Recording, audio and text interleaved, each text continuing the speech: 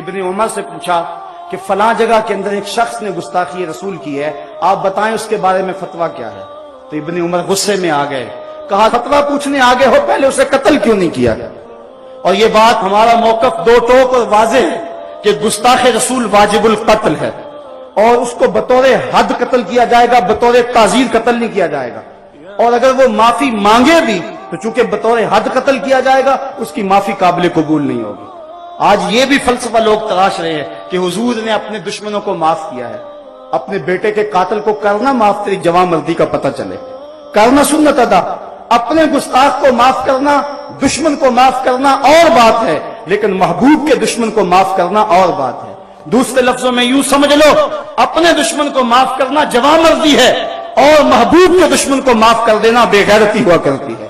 اس لیے 1400 سالہ امت کی تاریخ میں کبھی ایسا نہیں ہوا کہ کسی مومن نے گستاخ رسول کو معاف کیا ہو۔ یہ دو ٹوک اور واضح ہمارا یہ موقف ہے کہ حضور کا گستاخ واجب القتل ہی ہے اور اس کا سر ہی اڑایا جائے گا۔ بلکہ فتاوی عالمگیریہ میں 500 علماء ہند نے فتویٰ دیا، کسیرا گفت کہ جامع پیغمبر ریمناک بود۔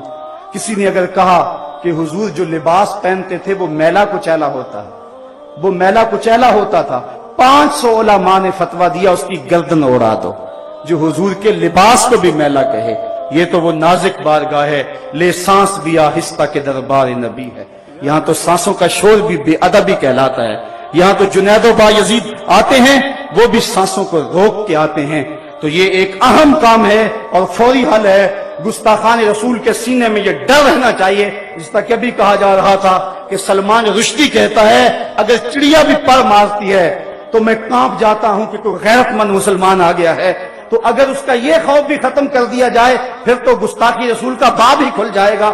اب ہی جو ہے وہ 22 ممالک کے 75 اخبار اور 200 چینلوں نے یہ خاکے جرأت مندی کے ساتھ جو ہے وہ شائع کیے، اور یہ پہلی مرتبہ ایسا ہوا ہے، ورنہ 14 صدیوں کی تاریخ گواہ ہے کہ کبھی بھی ایسے تحریک کے طور پہ جرأت نہیں ہوئی کہ یوں حضور کی توہین کی جائے۔